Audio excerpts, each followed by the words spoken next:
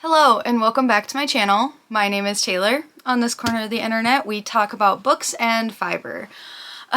Today we are going to be talking about books and I'm going to be showing you my January TBR.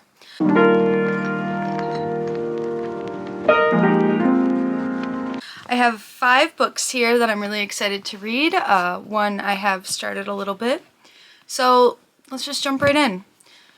One thing to know about me is I'm kind of a mood reader. Trying to figure out what I want to read at any given point can be a very difficult task and I get decision fatigue very quickly.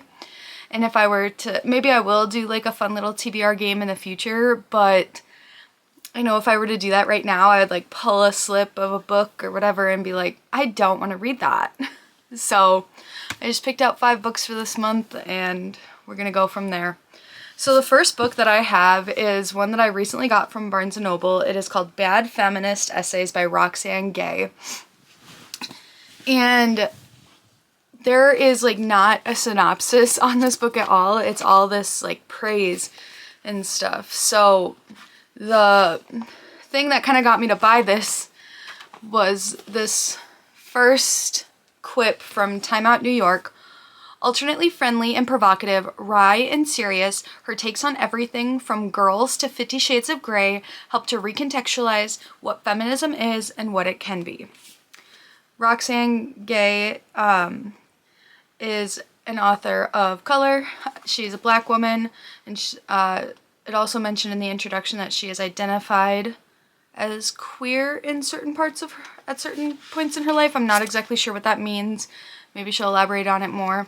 I read the introduction in about 10 pages and I'm gonna read you the part that really like kind of got me hooked into this. I openly embrace the label of bad feminist. I do so because I am flawed and human. I'm not terribly well versed in feminist history. I'm not as well read in key feminist texts as I would like to be.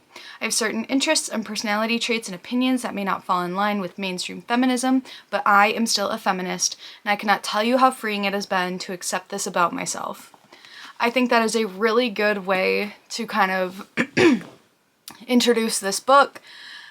Nobody is a perfect feminist, and if we hold ourselves to those weird standards, nothing can ever get done. We are flawed as humans, but that doesn't mean that a movement can't also be like flawed and that we can't strive for it to want to be better. It is not the movement as a whole that is flawed, it is parts, and some of it is the people who are like driving the movement.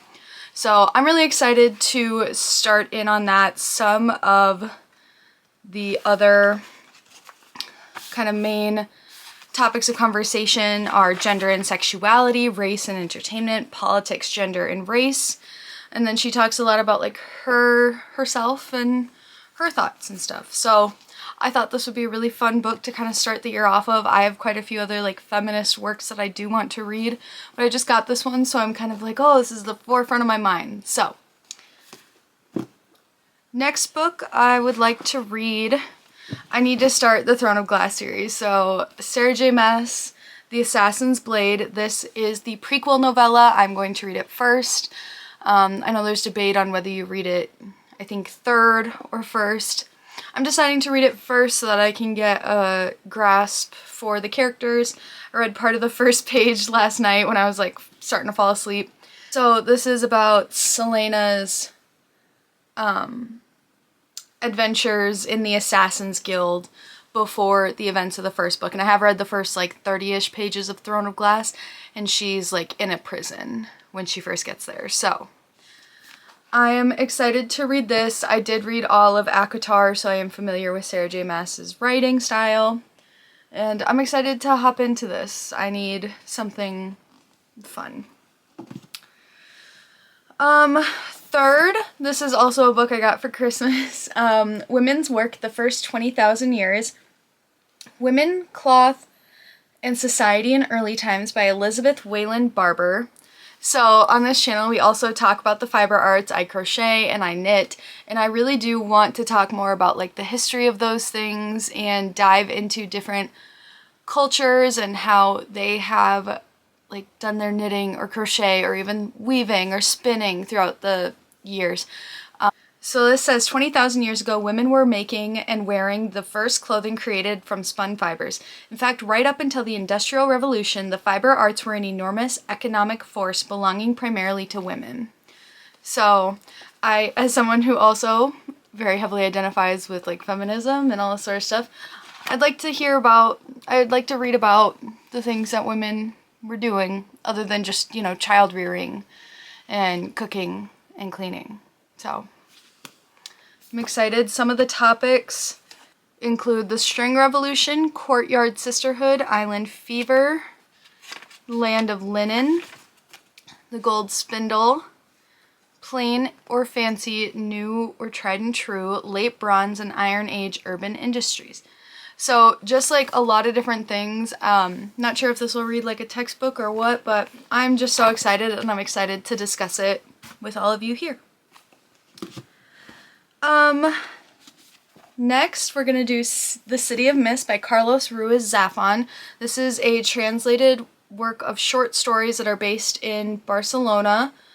On the back says, The City of Mist offers the reader unique characters, compelling mysteries, and a gothic atmosphere reminiscent of his beloved Cemetery of Forgotten Books quartet. I haven't read anything else by this author, but anything with a gothic atmosphere seems pretty cool to me. So, it's really, really short. This was on my 26 books I want to read while I'm 26 years old. I think that I could just sit down and read this on like a cozy afternoon. So, I'm gonna have that one. And then the last one, definitely kind of bandwagon, but I don't care. Hunger Games by Suzanne Collins. I watched The Ballad of Songbirds and Snakes in early December. I went and saw it in theaters. I really fell in love with it, but I haven't read that book yet. And my roommate and I have been rewatching the Hunger Games trilogy, but I mean, I know it's 4 movies, but I really want to reread these books and then read The Ballad of Songbirds and Snakes, and I'll probably do an entire reading vlog about that, but I'm not someone who can just sit around and read all day. I do have a full-time day job, so I want to get to this book. I think I will. It's so funny too because it seems like such a slender book. You wouldn't think that it's, yeah, almost 400 pages. So we all know about this one. I think there's a huge Hunger Games renaissance. But yeah, so those are the 5 books that I want to read in January. I'm trying to be super realistic with how many books I can read in a month.